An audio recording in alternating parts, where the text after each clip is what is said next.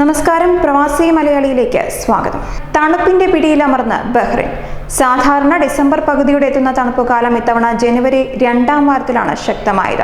തണുപ്പിനൊപ്പം വീശിയടിക്കുന്ന കാറ്റും കൂടിയായതോടെ തണുത്ത് വിറയ്ക്കുകയാണ് ജനങ്ങൾ. തിങ്കളാഴ്ച 11 ഡിഗ്രി സെൽഷ്യസ് വരെ താപനില താഴ്ന്നിരുന്നു. വരും ആഴ്ചകളിൽ താപനില ഇനിയും താഴുമെന്നാണ് കണക്കുകൾ സൂചിപ്പിക്കുന്നത്.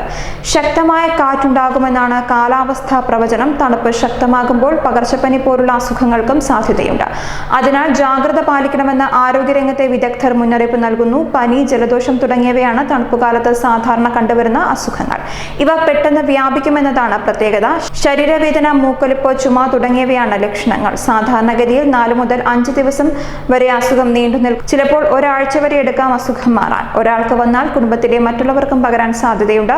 അതിനാൽ കുടുംബാംഗങ്ങൾ എല്ലാവരും ശ്രദ്ധ പുലർത്തണമെന്ന് അമേരിക്കൻ മിഷൻ ഹോസ്പിറ്റലിലെ general practitioner doctor Babu Ramachandran പറയുന്നു.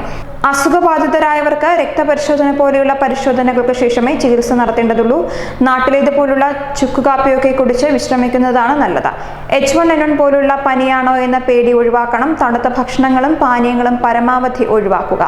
ആവശ്യത്തിന് വെള്ളം കുടിക്കുക. തൊണ്ട ഉണങ്ങാതിരിക്കാൻ ശ്രദ്ധിക്കുക. കൈകാലുകൾ വൃത്തിയായി കഴുകുന്നതും പ്രധാനം തന്നെയാണ്. അതേസമയം UAE-യിൽ തോരാതെ പെയ്ത മഴയ്ക്ക് ശേഷം അന്തരീക്ഷം തെളിഞ്ഞെങ്കിലും പലയിടങ്ങളിലും വെള്ളക്കെട്ട് മാറിയിട്ടില്ല. റോഡുകളിലെ വെള്ളക്കെട്ട് പൂർണ്ണമായി നീക്കിയെങ്കിലും താഴ്ന്ന മേഖലകളിൽ വെള്ളവും ചെളിയും കെട്ടിക്കിടക്കുകയാണ്. മുനിസിപ്പാലിറ്റി ജീവനക്കാർ ശുചീകരണ ജോലികൾ തുടരുന്നു. ഇന്ന് വൈകിട്ട് മുതൽ നാളെ രാവിലെ വരെ സാമാന്യ ശക്തമായ മഴയ്ക്ക് സാധ്യതയുള്ളതായി കാലാവസ്ഥാ നിരീക്ഷകർ അറിയിച്ചു. കാറ്റ് ശക്തമാകും. അതേസമയം മഴയ്ക്കിടെയുണ്ടായ അപകടങ്ങളിൽ 3 പേർ മരിക്കുകയും ഒരു ഏഷ്യക്കാരനെ ഒഴുക്കിൽപ്പെട്ട് കാണാതാവുകയും ചെയ്തു. വ്യത്യസ്ത വാഹനാപകടങ്ങളിൽ 2 സ്വദേശി യുവാക്കളും റാസൽ ഖൈമയിൽ മതിലിടിഞ്ഞു വീണ ആഫ്രിക്കൻ വനിതയും മരിച്ചു. റോഡിലെ വെള്ളക്കെട്ടിൽ തെന്നി നിയന്ത്രണം വിട്ടായിരുന്നു വാഹനാപകടങ്ങൾ ഉണ്ടായത്. റാസൽ ഖൈമ ഷാംവാദിയിലാണ് ഏഷ്യൻ തൊഴിലാളിയെ കാണാതായത്. ഇയാൾക്കായി തിരച്ചിൽ തുടരുകയാണെന്ന് പോലീസ് അറിയിക്കുകയും ചെയ്തു. അതേസമയം വെള്ളത്തിൽ മുങ്ങിയ വാഹനങ്ങളിൽ നിന്ന് ദുബായ് പോലീസ് ഒരു ഏഷ്യക്കാരനെയും സ്വദേശി വനിതയും രക്ഷപ്പെടുത്തുകയും ചെയ്തു.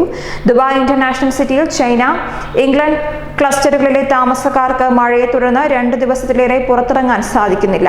പാർക്കിംഗ് മേഖലയിൽ വാഹനങ്ങളും വെള്ളത്തിൽ മുങ്ങിക്കിടക്കുകയാണ്. വിവിധ മേഖലകളിൽ ഇന്നലെ പുലർച്ചെ മൂടൽമഞ്ഞ് അനുഭവപ്പെട്ടു. തീരദേശ പർവ്വത മേഖലകളിൽ നേരിയ തോതിൽ മഴയും പെയ്തു. വടക്കൻ എമിറേറ്റുകളിൽ കാറ്റും ശക്തമാണ്. ന്യൂസ് ഡെസ്ക്, പ്രവാസി മലയാളി.